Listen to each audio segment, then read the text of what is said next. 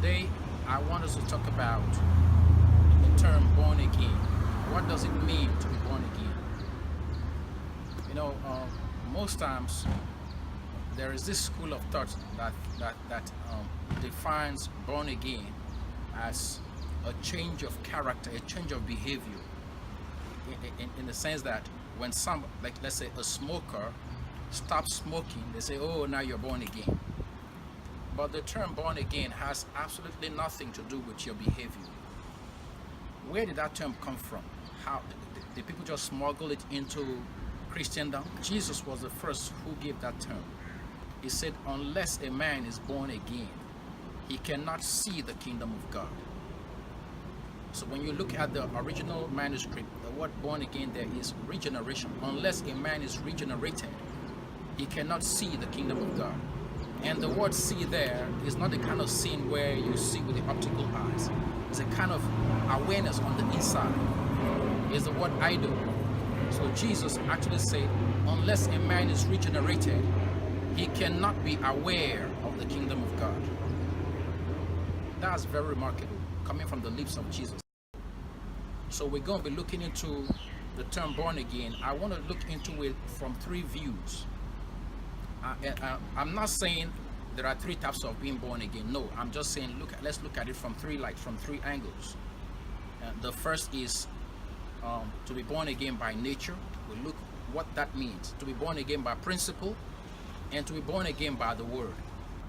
Then you can go study more and find out other lights so you can fully come to understanding of the term born again. Stay tuned. Yeah, so the first point we're going to look at, the first angle we're going to view, kind of take our view, is the angle of nature. You know, when God decided to make man, the man in the garden, he said, let us make man in our own image and likeness. And the next verse tells you he made man in his own image. So the man in the garden, Adam, was created in the image of God. And God placed him in the garden. And God gave him instructions. And then we find out that the man willingly decided to disobey. Since he listened to Satan and ate the fruit, he disobeyed God, and that image became defiled. So now the man was no more in the image of God. He has assumed the image of Satan. Satan has become his Lord. You can see in the book of Romans chapter 6 verse 16, it said, don't you know that the one you listen to that one is a servant of that one you become? So Satan became the Lord of the man in the garden. The man is going to multiply, and when he multiplied, his children automatically became Satan's children.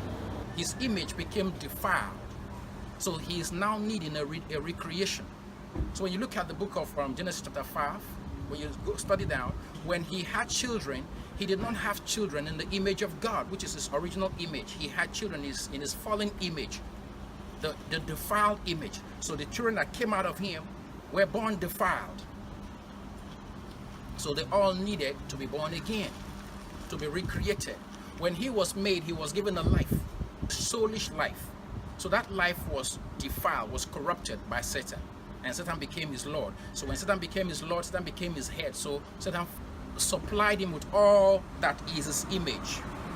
Yet everything came upon the man, and he gave birth to children. They were all children of disobedience, because their father disobeyed before they were born. So they partook in the disobedience because they were in him while he was disobeying. It's just like a dog will give birth to a dog, a cat will give birth to a cat.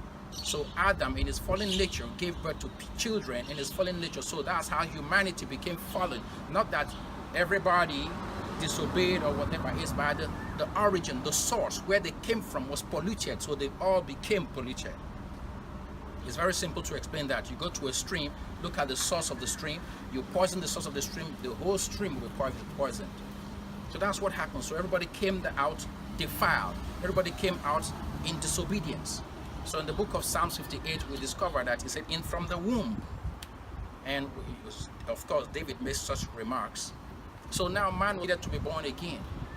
That nature, that defiled image could not come to God anymore. God turn away from him, because God cannot commune with anything that is defiled. So the man needed to be recreated.